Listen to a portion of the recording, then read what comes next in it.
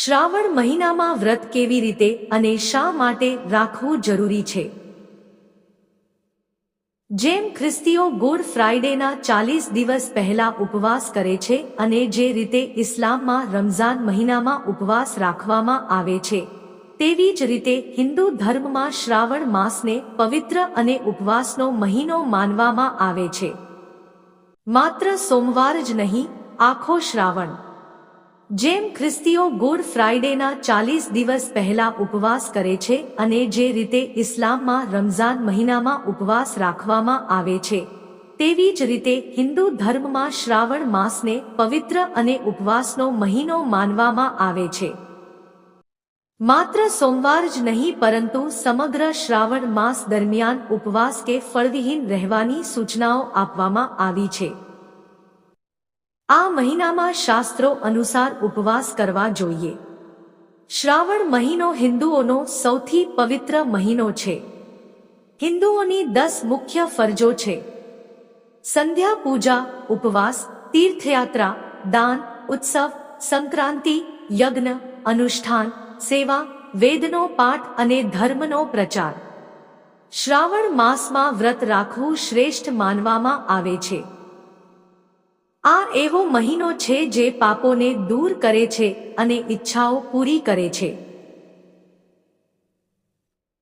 શ્રાવણ વ્રત ઉપવાસ એ તપ છે.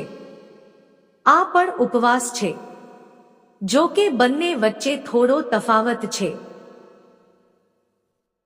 ઉપવાસ દરમિયાન માનસિક વિકૃતિઓ દૂર થાય છે અને ઉપવાસ દરમિયાન શારીરિક સમસ્યાઓ દૂર થાય છે. આ ઉપવાસ ક્યારે અને કેવી રીતે કરવા જોઈએ તેના અલગ અલગ નિયમો છે. શ્રાવણ માસમાં ઉપકર્મ વ્રતનું વધુ મહત્વ છે. તેને શ્રાવણી પણ કહે છે. નિશ્ચય સાથે કરવામાં આવતી ક્રિયાને ઉપવાસ કહે છે. કોઈ ઉદ્દેશ્ય સિદ્ધ કરવા માટે આખો દિવસ ખોરાક કે પાણી કે અન્ય પ્રકારના ખોરાક કે આ બધાનો ત્યાગ કરવો તેને ઉપવાસ કહે છે. ઉપવાસને ધર્મનું સાધન માનવામાં આવે છે. ઉપવાસ એટલે મનમાં ભગવાનનો વાસ. ઉપવાસને પણ ઉપવાસનો એક ભાગ માનવામાં આવે છે. ઉપવાસના 3 પ્રકાર: 1. નિત્ય, 2. નૈમિત્તિક અને 3. કામ્ય. એક રોજના ઉપવાસને કહેવામાં આવે છે જેમાં ભગવાનની ભક્તિ અથવા આચરણ પર ભાર મૂકવામાં આવે છે, જેમ કે સત્ય બોલવું, શુદ્ધ રહેવું, ઇન્દ્રિયો પર નિયંત્રણ રાખવું, ગુસ્સો ન કરવો, અશ્લીલ ભાષણ ન કરવું અને અન્યની ટીકા ન કરવી, ભક્તિનો સંકલ્પ લેવો, ભગવાન માટે દરરોજ વગેરે. દરરોજ ઉપવાસ છે. જો લોકો આનું પાલન ન કરે તો તેમને દોષિત ગણવામાં આવે છે. 2. નૈમિત્તિક વ્રત તેને કહેવાય છે જેમાં કોઈ પણ પ્રકારના પાપ કે દુઃખમાંથી મુક્તિ મેળવવાની વિધિ હોય. જ્યારે કોઈ અન્ય પ્રકારનું કારણ હાજર હોય ત્યારે આવા ઉપવાસ જે ચંદ્રાયન પ્રભૃતિ અથવા કોઈ ચોક્કસ તારીખે રાખવામાં આવે છે તે નૈમિત્તિક ઉપવાસ છે. જાહેરાત. 3. કામ્ય વ્રત અમુક મનોકામના પૂર્ણ કરવા માટે કરવામાં આવે છે, જેમ કે પુત્ર પ્રાપ્તિ, સંપત્તિ અને સમૃદ્ધિ માટે અથવા અન્ય સુખો મેળવવા માટે કામ્યા વ્રત છે. ઉપવાસના પ્રકારો. 1. Morning fast. આ વ્રતમાં માત્ર સવારે જ નાસ્તો કરવો જરૂરી નથી અને દિવસ અને રાત દરમિયાન માત્ર 2 જ ભોજન લેવું પડે છે. 2. કદોપવાસ. આ વ્રતને સાંજનું વ્રત પણ કહેવામાં આવે છે અને આ વ્રતમાં આખા દિવસમાં માત્ર 1 જ વાર ખાવાનું હોય છે. આ વ્રત દરમિયાન રાત્રિ ભોજન કરવામાં આવતું નથી. 3. એખરોપવાસ. એખરોપવાસમાં એક ભોજનમાં માત્ર 1 જ વસ્તુ ખાવામાં આવે છે, જેમ કે જો સવારે રોટલી ખવાય છે તો સાંજે માત્ર શાક ખવાય છે. બીજા દિવસે સવારે એક પ્રકારનું ફળ અને સાંજે માત્ર દૂધ વગેરે. 4. રાસોપવાસ. આ વ્રતમાં અનાજ અને ફળો જેવા ભારે ખોરાક ખાવામાં આવતા નથી વ્યક્તિ ફક્ત રસદાર ફળો અથવા શાકભાજીના જ્યુસ પર જીવે છે. દૂધ પીવું પણ પ્રતિબંધિત છે, કારણ કે દૂધને ઘન પદાર્થોમાં પણ ગણી શકાય.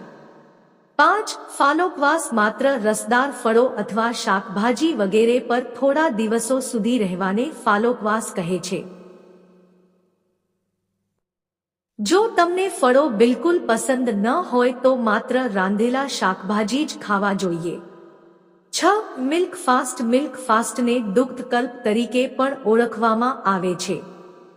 આ વ્રતમાં થોડા દિવસો સુધી દિવસમાં 4 થી 5 વખત માત્ર દૂધ પીવું પડે છે.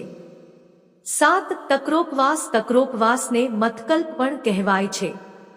આ વ્રત દરમિયાન જે છાશનું સેવન કરવામાં આવે છે તેમાં ઘી ઓછું હોવું જોઈએ અને ખાટી પણ ઓછી હોવી જોઈએ.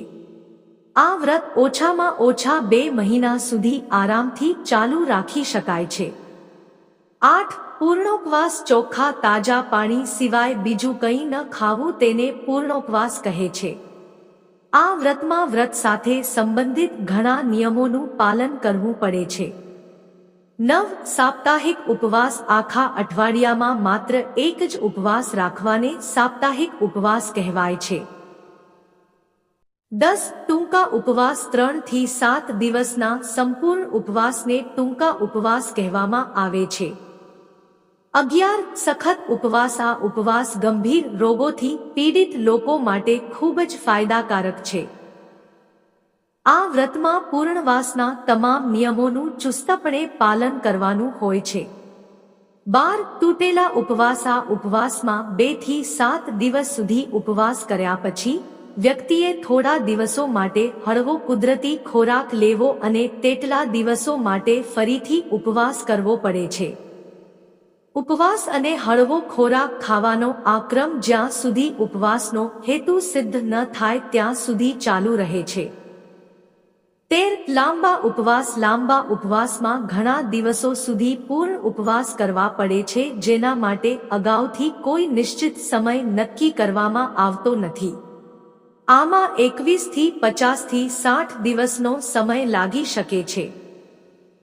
ઘણીવાર આ ઉપવાસ ત્યારે જ તોડવામાં આવે છે જ્યારે વ્યક્તિને કુદરતી રીતે ભૂખ લાગે અથવા શરીરના તમામ ઝેરી પદાર્થો પચી ગયા પછી, જ્યારે શરીરના જરૂરી ઘટકો પચી જવાની સંભાવના હોય. કેટલાક લોકો કેટલીક સિદ્ધિ પ્રાપ્ત કરવા માટે ઉપવાસ કરે છે, જ્યારે કેટલાક સખત તપ, આધ્યાત્મિક અભ્યાસ અને મોક્ષ માટે કરે છે. દરેક ઉપવાસ અલગ અલગ હેતુ માટે કરવામાં આવે છે અને દરેકના અલગ અલગ ફાયદા છે. સાવન શા માટે ખાસ છે? હિન્દુ ધર્મની પૌરાણિક માન્યતા અનુસાર સાવન માસને દેવતાઓના દેવ મહાદેવ ભગવાન શંકરનો મહિનો માનવામાં આવે છે.